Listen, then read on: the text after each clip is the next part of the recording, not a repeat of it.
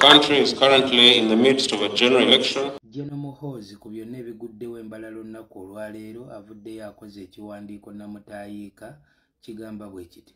General Muhoozi avuddeyo okubya campaign bigenda maaso okwatuuka Bafuti Soldier mu video muno Bafuti Soldier bali kuki Bobi Wine obunkenke mu tiimu ye abamu kigambibwa badduse ne basooka bakomako e Kampala byonna emboozi video mpanvu naye ngusaba giwemu obudde kati wetogera eddakiika eziyise Bobi Wine bo ekituufu okuva ku makya poliisi yeekulungudde hotel yasuze abadde alina okubeera mu bitundu ebyo byoli mu kubanga olaba ate obulyawo tannaba kubanga olw'ensonga nti tiimu ye abantu kigambibwa embu 10 bakwatiddwa. Just njagala ompe comment yo. Muhoozi agamba nti bakandidate bonna abeesimbawo ku bukulembeze bw'eggwanga tubawoninga obutagezaako kubanga aba disruptinga oba okutataganya embeera ya Electoral Commission yateekawo. Muhoozi agamba bajja kukola nekisoboka nga bo abakuumaddembe okulaba nga bakuuma ebintu byonna.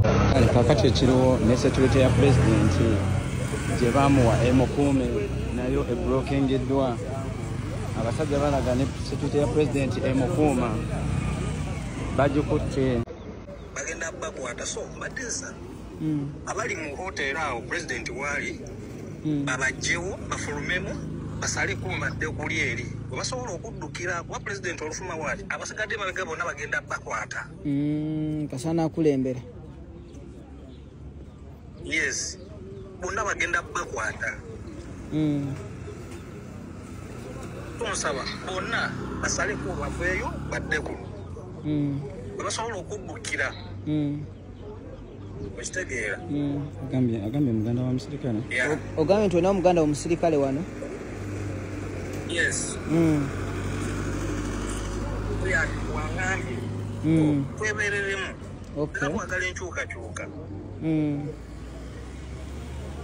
twebereremu ala amagezi fena tubeere safe abantu basale ekkubo bavaawo baddeko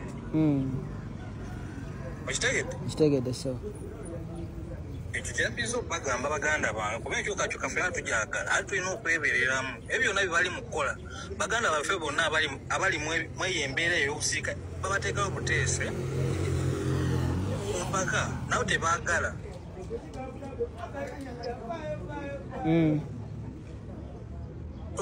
tubeeremu tutale kubo tuveeyo tudde kuneeno mabbali nga tetuli munda mu kikomera president we yasuze kooteri president we yasuze tegedde eyo yenteesa yange Message not only for Ugandans, it's a message for East Africans and probably all Africans. I mean, in the recent days, you've seen the young people of Madagascar, of Tanzania, of Kenya, and many other places, even of Cameroon, rising to the occasion and saying enough is enough. And they say they want to determine their own destiny. And this is what we encourage the young people of Uganda. We are calling this a protest vote because we are protesting first and foremost against impunity. We are using this election to speak out and speak loudly. We know that General Museveni has a habit of abusing the law and acting with impunity. We are going to protest against that in the vote, and we've encouraged our young people to vote, but follow their vote to ensure that they defend it, to ensure that what they say through their vote is actually what prevails. We must warn any candidate presidential otherwise who continuously flouts the Electoral Commission's guidelines and tries to provoke security forces that we shall not stand for it.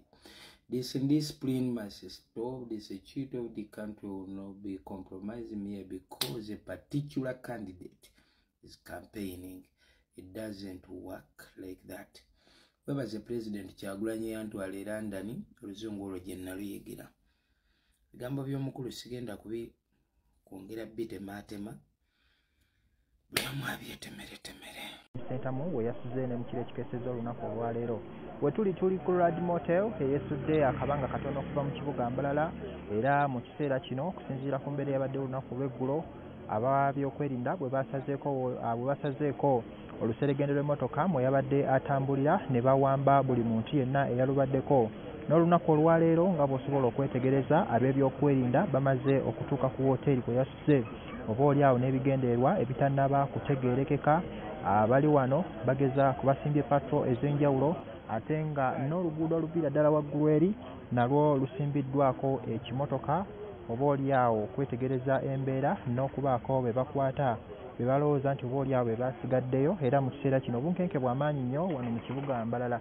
Bwe tuba nga tusobola okukyusa kamera yaffe ne tutunulako waggulu eri oluguudo luno gye lutandikira osobola okuba nti weetegereza ekimotoka kya poliisi ekisimbiddwa ku kkubo era n'ebidduka ebimu ebinaba kuba nti bikkirizibwa okujja mu kutuuka okuyita ku luguudo luno oluyita ku wooteeri eno.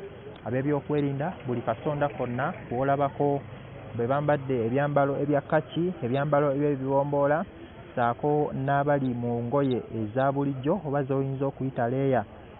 Robert Kyagulanyi Ssentamu olunaku olwaleero abadde asuubirwa okufuluma wooteeri eno ku ssaawa 4 ez'okumakya naye mu kiseera kino essaawa ziri 3:54 tannaba kuba nti afuluma oba oliawo olw'embeera eriwo mu kiseera kino n'obunkenke obuliwo obuteekeddwawo ab'ebyokwerinda ekitamusobozesa kuba nti afuluma mu kiseera kino okutambula okweyongerayo. N'abantu bateekeddwa okutambula nabo bangi nnyo bali mu kutya okw'amaanyi okutya okutagambika era bwe tubadde tujja mu kkubo waliwoko faces z'omanyi nga bakyatidde okutuuka ku wooteeri eno oba oliawo ensonga lwaki tannaba kusimbula ate nga tannaba kunnyonnyola nsonga lwaki ab'ebyokwerinda bali mu kifo kino. Olunaku olwaleero abadde ateekeddwa kubeera Lwampala saako n'entuŋŋamo gy'ateekeddwa okuwenjeza akalulu era yategeeza nti okukwatibwa kw'abantu be olunaku olw'eggulo kwabaddewo abateebereza okuba nti basukka mu 100 tekugenda kumulobera kuba nti yeeyongerayo okuwenja akalulu.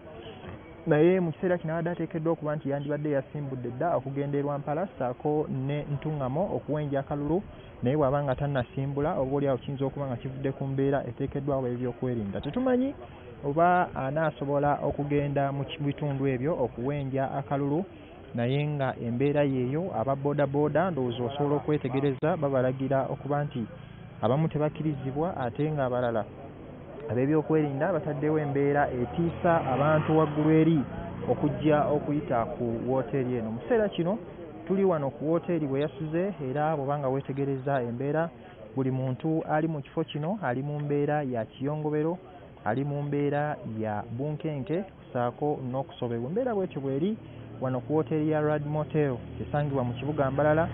Tulindirira okulaba nga bwe binaabeera mu budde obwa gye bujja naye nga embeera bwetyo bwekyali wano ku Rad Motel mu kibuga Mbalala.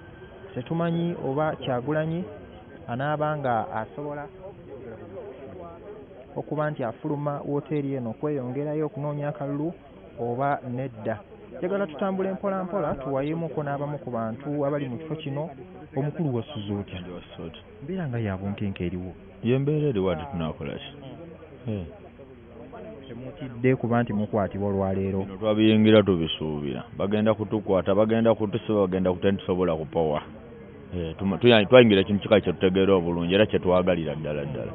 Toli mwana musasula ali wantu waneeno. Ekiggulo wakirabye otya akawungeezi? Embeera yabaddewo abakwatibwa bakwatibwa basimattuse nabo ne basimattuka tulina sigala nga tumuvinga tugenda mu maaso. Tulindirira essaawa yonna okulaba oba Kyagulanyi n'afuluma wooteeri eno okugenda okuwenja akalulu entuŋŋamo asaako ne Lwampala gy'ateekeddwa okuwenjeza akalulu olunaku olwaleero naye ng'embeera bwetyo bwekyali wano ku wooteeri.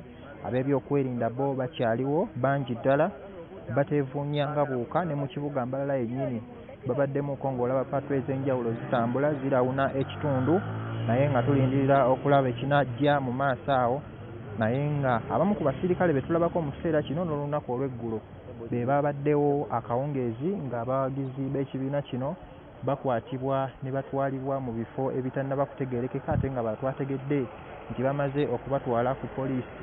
Tulindirira okulaba ekinajja tujja kuba nga tukutegeeza byonna. Mawulire gaffe gambuuze ku ssaawa emu ey'akawungeezi n'amawulire ageesigika ku ssaawa 4 ez'ekiro. Nze Ronald Kitanda, Ivan Mbadi ali ku kamera okutuusaako ebifaananyi.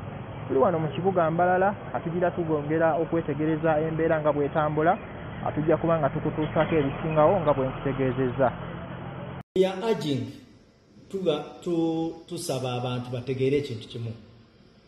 Bino bye abantu bye batusaba nti tukozese tear gas tetugenda kukozesa tiyagasi kutandika kubonyaabonya n'alumanya ne saalumanya. Tujja kumakinga sure nti tuteekawo obukodyo bwonna obwetaagisa okulaba nti omuntu eyeetabye mu kikolwa ekikyamu yekka yaba agenda mu mikono gya poliisi, because campaigns zino wadde ne groups ezo zemulaba waliyo abantu bangi abataagala mivuyo era gye bali ate tukimanyi, era naffe nga abakuumaddembe tetuyina buzibu na muntu yenna ayagala okukola ebintu bye mu ddembe. Operation gye mulabye tukoze embalala, waliwo abantu betuze nga tulabula naye kirabika okulabula nga tubakutwala serious. Bakuba abasirikale, bakuba omusirikale e Mayuge, ne bakuba omusirikale e Busia, ne bakuba endabirwamu y'emmotoka ya poliisi Kakumiro Siita. Kati waliwo ebintu ebimu bye tasobola kukkiriziganya nabyo. Balinga abalooza nti tetuyina kyakukola. Enamba zetukute tetuyinza leero okuziba kubanga tetuyina operational commanders badde tebanaba kumpa statistics ezo.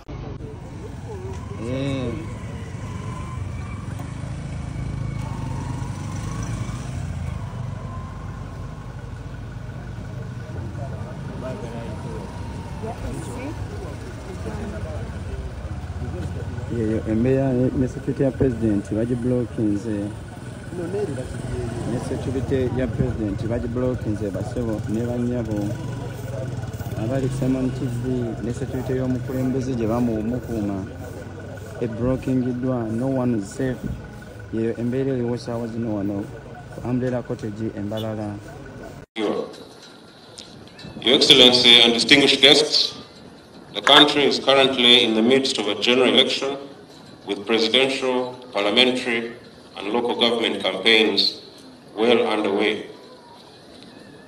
The political campaigns have so far proceeded smoothly, and we commend not only the security forces who are working around the clock to ensure we have a peaceful electoral process, but also the Wananchi who are thus far abiding by the Independent Electoral Commission's and Uganda Police guidelines. However, we must warn any candidate, presidential or otherwise, who continuously flout the Electoral Commission's guidelines and try to provoke security forces that we shall not stand for it. This indiscipline must stop. The security of the country will not be compromised merely because a particular candidate is campaigning. It doesn't work like that. Your Excellency,